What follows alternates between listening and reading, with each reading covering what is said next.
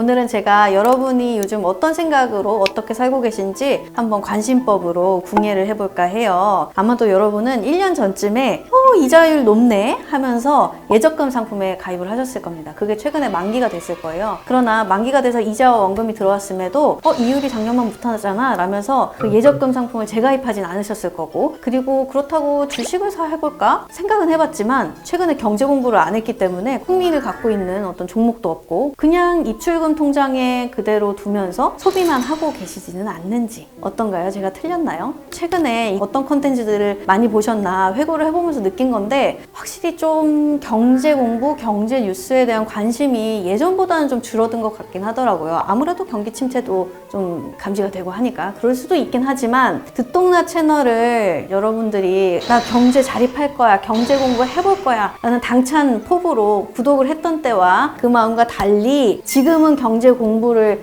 열심히 하고 있는가, 경제 뉴스를 계속 보고 있는가, 한번 느슨해진 여러분들의 마음에 충격파 치료가 필요한 시점이 아닌가 해서 오늘 이코노미는 그런 이야기로 준비해봤습니다. 이른바 오늘의 주제, 그대들 인생을 팝업 스토어처럼 살다 갈 텐가? 뉴스와 팩트 중심으로 살펴보자고요.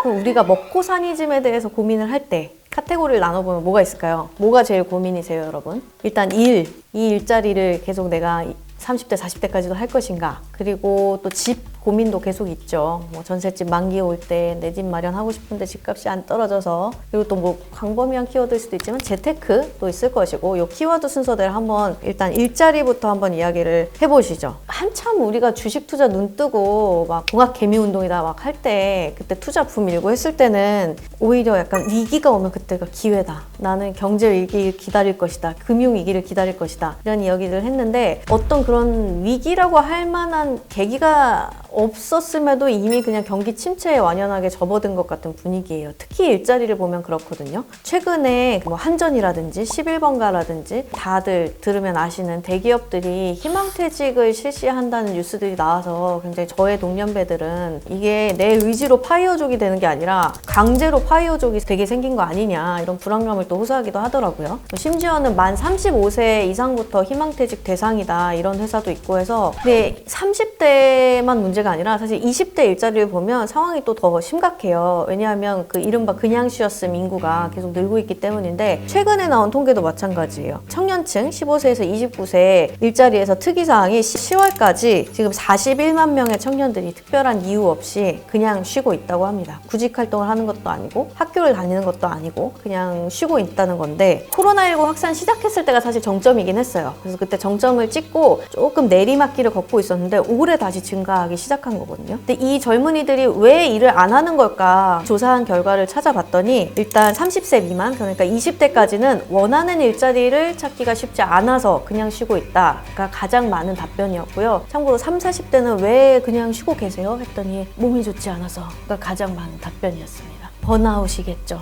힘냅시다 30대. 근데 아무튼 지금 뭐 일자리 상황은 이러한데, 또 더 크게 보면 여러 가지 뉴스들이 또 있죠. 일자리 관련해서 뭐 이주 노동자를 더 많이 받는다, 이런 뉴스들도 있고. 그러니까 쉽게 이야기하면 업무 강도는 굉장히 센데 그만큼 처우가 뒷받침해주지 않는 조금 험한 일자리들은 외국인 노동자를 받아서 채우겠다, 뭐 그런 분위기가 또 형성되어 있고, 반대로 이제 전체 취업자의 한 12% 정도가 AI로 일자리가 대체될 것이라고 전망을 하고 있는데, 특이한 점은 AI라는 기술이 대체할 일자리들은 고학력, 고소득 일자리들이 될 것이다 라는 내용이 좀 이 보고서의 특이점이었습니다. 그래서 이게 뭐 AI 노출 지수로 이제 순위를 좀 매겼더라고요. 대체하기 쉬운 직업, 대체하기 어려운 직업. 근데 대체하기 쉬운 직업은 뭐 회계사, 의사, 이런 고소득 전문 직종들이 주로 포진해 있고, 재밌었던 게 대체하기 어려운 직업 탑 5에 기자가 있더라고요. 그래서 이렇게 여러 방면에서 우리의 일자리가 위협받고 있는 현실입니다. 그러면 이제 퇴근하면 어디로 가나요? 집으로 가잖아요. 근데 요즘 여러분 좀 주말에 집에 계신 분들 많아요? 집에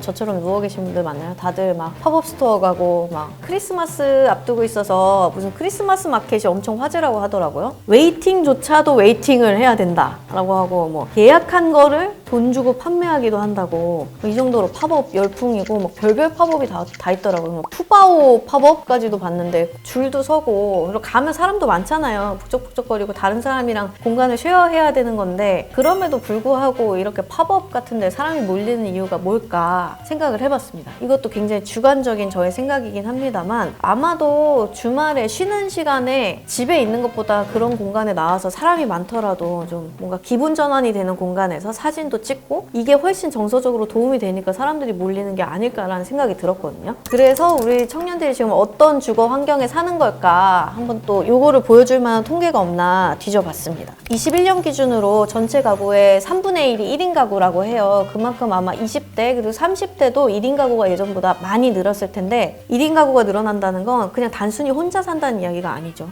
혼자 살면 현실적으로 주거 공간이 협소해 질 수밖에 없습니다. 왜냐하면 둘이 벌어서 둘이 같이 집세 낼 때랑 이 주거 환경 차이가 있을 수밖에 없잖아요. 보니까 29세 이하 1인 가구, 그러니까 20대 1인 가구의 사용 방수가 35%가 하나밖에 없는 방, 그리고 28%가 두 개밖에 없는 방. 그러니까 원룸 아니면 혹은 방 하나 따로 있는 그 정도 작은 주거 공간에 사는 1인 가구가 대다수라는 거죠. 뭐 그냥 일어났는데 여기가 내 작업 공간이고, 여기가 내 밥상이고, 여기가 내 TV 보는 곳이고, 여기가 내 기타 연습하는 곳이고, 그런 주거 공간이 되다 보니까 그것도 뭐 하루 이틀이지 너무 갑갑하니까 밖으로 많이 나오게 되는 거 아닐까?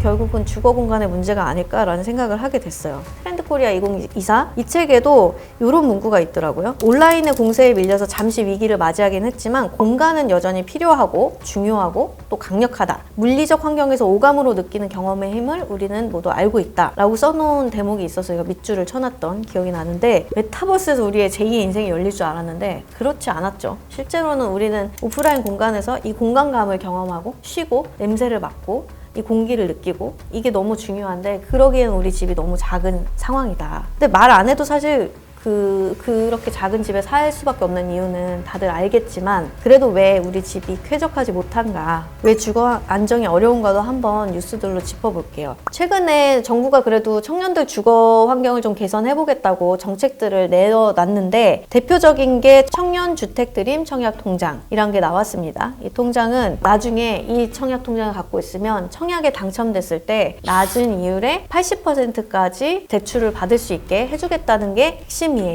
근데 조건이 있습니다. 뭐 일단 19세에서 34세 청년이어야 되고, 무주택자여야 되고, 그리고 연소득 5천만 원 이하만 가입할 수 있는 데다가 그 당첨된 집이 분양가 6억 원 이하, 그리고 전용 면적은 85제곱미터 이하 주택만 해당이 됩니다. 해당되는 집이 적지 않겠지만 사실은 우리가 직장 같은 걸 고려했을 때 살만한 위치에 있는 집들은 서울과 서울 인근 수도권에서는 거의 6억 원이 넘죠. 그러니까 서울에 있는 청년들에게는 그다지 혜택을 볼 만한 게 아니라서 다들 이걸 가입하냐 마냐, 이게 활용할 여지가 있지 않을까 고민들을 하시는 것 같더라고요. 근데 그러면 또 뭐 집값 싼 데 가서 살면 되지 왜 이렇게 꼭 서울에 살아야 되냐라고 할 수도 있지만, 디스커버에서도 이야기한 것처럼 서울에 살아야만 하는 이유들이 있습니다. 가장 큰 이유는 일자리가 서울에 몰려 있는데 어떡합니까? 그러면 뭐 전셋집이라도 안심하고 잘 구할 수 있으면 좋겠는데, 또 전세 사기도 아직도 불씨가 살아있는 이슈예요. 국토교통부가 공식적으로 인정하는 전세 사기 피해가 누적 지금까지 8,248건,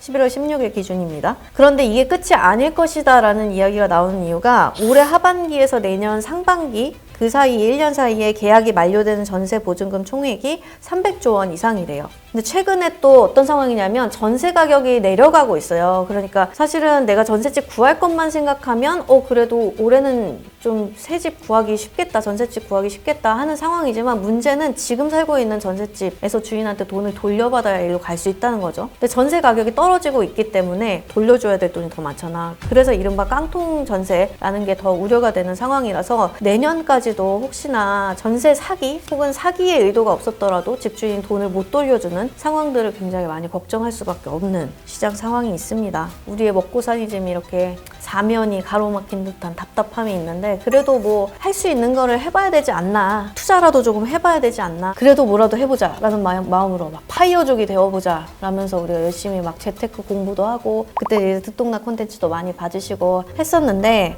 회사만 꼬박꼬박 다닐 게 아니라 투자를 열심히 해야 된다, 뭐 주식을 해야 된다, 재테크를 해야 된다, 집을 사야 된다, 이런 이야기들이 우리 전 세대 혹은 전전 세대의 성공 비결을 사실 배운 거라고 할 수 있죠. 그러면 우리 세대 때 그 재테크 비결을 흡수해서 반복하면 똑같은 성공을 할 수 있느냐?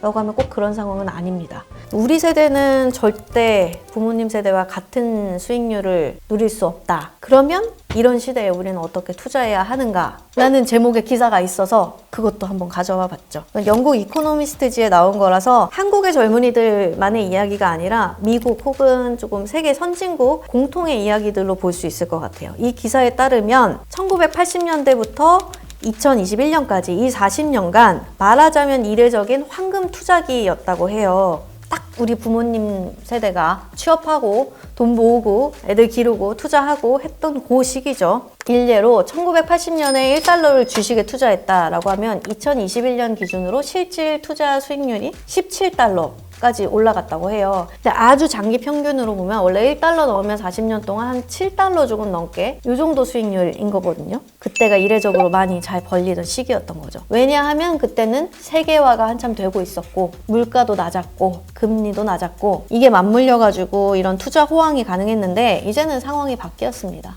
고수익을 노리고 주식과 부동산에 공격적으로 투자하는 게 꼭 정답은 아닐 수도 있다라는 이야기가 이 기사에 담겨 있습니다. 근데 우리는 지금 그러면 이 험난한 시기에 어떻게 하고 있는가? 미국의 젠지와 밀레니얼의 포트폴리오를 분석을 해본 거예요, 이 기사에서. 열어봤더니 애들이 돈을 그냥 현금으로 갖고 있네? 어디에 투자를 안 하고 그냥 현금으로 갖고 있는 자산 비중이 너무 높다고 지적을 합니다. 근데 뭐 채권 수익률이 아주 낮다고 해도 현금으로 그냥 갖고 있는 것보단 낫거든요. 근데 딴 데 투자도 안 하고 그냥 갖고 있는 거죠. 좀 비관적으로 보자면 아주 오랫동안 저수익이 뉴노멀인 시대에 살게 될 거라는 게 많은 전문가들의 이야기거든요. 근데 그래도 긍정적인 면은 이전 세대에 비해서 일단 뭐 MTS 같은 거 다 할 수 있잖아요. 집에서 주식 거래 할 수도 있고 정보도 여러 가지 투자 정보나 뭔가 이런 재테크 노하우나 이런 거에 대한 정보도 많아졌고 그리고 뭐 인덱스 펀드라는 또 아주 기가 막힌 상품이 활약을 하고 있기 때문에 이런 것들은 또 우리 젠지나 밀레니얼이 잘 활용할 수 있는 장점이기도 하지만 근본적으로는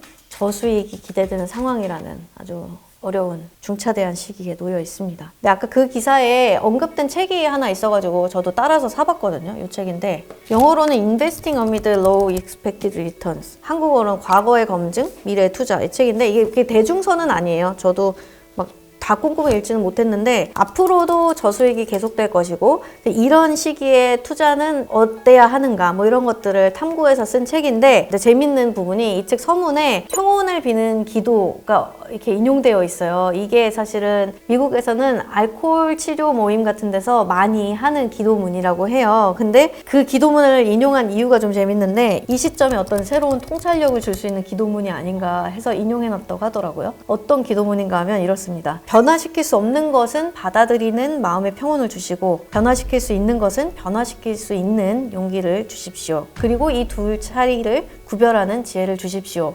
저도 읽어보고 지금 시기에 굉장히 인사이트가 있는 생각해 볼 만한 기도문이 아닌가 싶어서 여러분한테도 한번 들려드렸어요. 심리학에도 자기 수용이라는 개념이 있다고 해요. 이게 자존감을 회복하는 데 굉장히 중요한데 지금 내가 처한 상황, 나의 모습을 흐린 눈으로 볼 것인가? 똑바로 볼 것인가? 그겁니다. 똑바로 보지 않으면 사실 지금 상황을 개선시킬 정확한 해결책을 찾을 수도 없는 거예요. 그러나 지금 상황이 너무 그대로 보자면 우울한 것도 맞기는 해요. 그렇다고 이 재미없는 투자 상황에서 경제 공부를 계속 하자니 약간 머리가 아프기도 하고 골치 아프기도 하고 주변에도 돈 얘기하는 친구들 이제 없고 그러니까 나는 당장에 내가 할 수 있는 것도 없는데 그냥 예쁜 것 좀 사고 팝업 스토어 가서 사진도 찍고 친구 선물도 사고 여행도 좀 가고 그런 것도 나쁘진 않아요. 왜냐면 우리에게 소소한 행복감을 스스로에게 계속 선물을 해줘야 또 회복을 할 수 있고 마음이 또 즐거워야 무엇라도 할 수 있는 용기가 나기도 하는데 그것에 너무 젖어 있는 것은 아닌가 우리가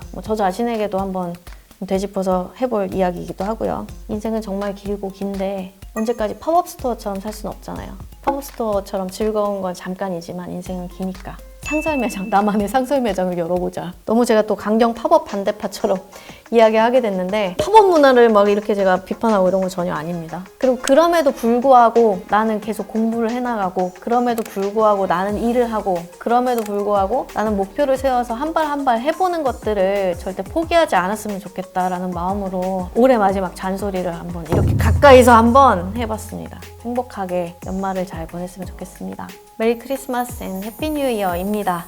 안녕.